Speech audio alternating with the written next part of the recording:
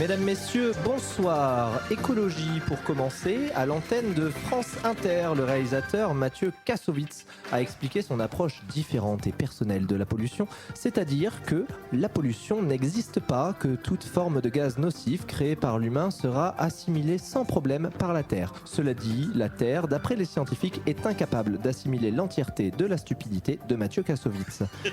Local, c'est l'automne à Toulouse, la pluie se fait plus régulière et les voilà, ils sont de sortie. Je parle de ces petits mollusques qui font partie de notre quotidien, puisque nous en voyons très régulièrement en ville comme à la campagne. Ils sont lents, plutôt repoussants, avec leur petite coque sur le dos. Ils bavent, je parle bien évidemment des CRS pendant les manifestations. Il est bien souvent possible de les retrouver en tête de cortège, et ils sont si lents qu'il devient alors impossible d'avancer. Pas d'inquiétude, puisque ces petits compagnons peuvent se déguster cuits, et pour ce faire, il vous suffira d'un simple molotov bien assaisonné, et voilà, bon appétit. Société, Marion Maréchal Le Pen lance son propre parti politique, Identité Liberté. Mais l'info la plus importante, c'est qu'elle a appelé sa première fille Clotilde. Un prénom très populaire, oui, mais au Moyen-Âge. Et sa deuxième fille, Olympe, un prénom qui est noté 1 sur 5 par les visiteurs du site parents.fr, ce qui fait de ce prénom un prénom de merde, c'est pas moi qui le dis. Nous voilà donc rassurés, Marion Maréchal Le Pen n'aime pas les Arabes, mais elle n'aime pas non plus ses enfants.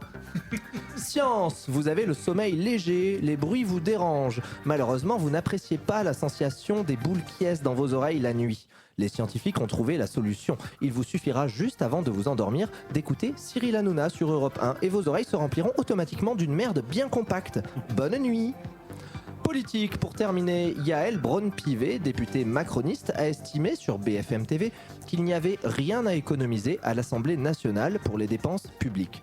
Lorsqu'il lui a été rétorqué que les députés se sont augmentés de 300 € net, les sénateurs de 700 € net et que les enseignants ont été augmentés de 24 € net, elle répond que c'est dans sa nature, elle ne donne rien à personne. On peut la traiter de pince, mais elle garde tout. Son godemiché électronique à l'effigie d'Emmanuel Macron qui crie « projet » lorsqu'elle se touche avec, elle ne le prête à personne.